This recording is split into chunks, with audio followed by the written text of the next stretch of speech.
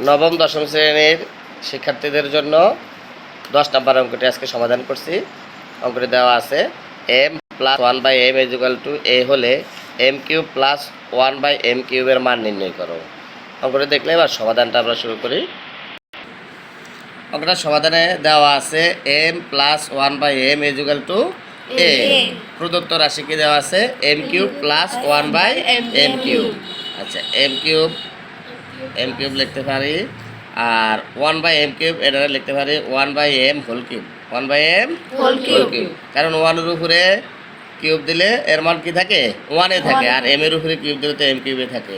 তাহলে এটা কিসের সূত্র এসে দেখছো? যদি এটাকে আমরা a ধরি, 1/m টাকে যদি আমরা b ধরি, তাহলে কি হয় a³ plus b³ a³ plus b³ এর সূত্র কি মান নির্ণয়ের?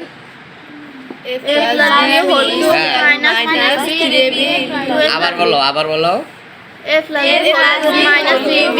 Plus b whole cube, a plus b whole cube minus 3। a হলো কি m, b হলো 1/m into a plus b, m plus 1/m। এবার দেখো m প্লাস 1/m এর মান কত দেওয়া আছে? a দেওয়া আছে। কত দেওয়া আছে? a এর উপরে কিউব প্লাসের প্লাস, এই 3 m এ পাশের m নিচের m কাটা, আর m প্লাস 1/m এর মান কত? a m প্লাস 1/m এর মান কত? a।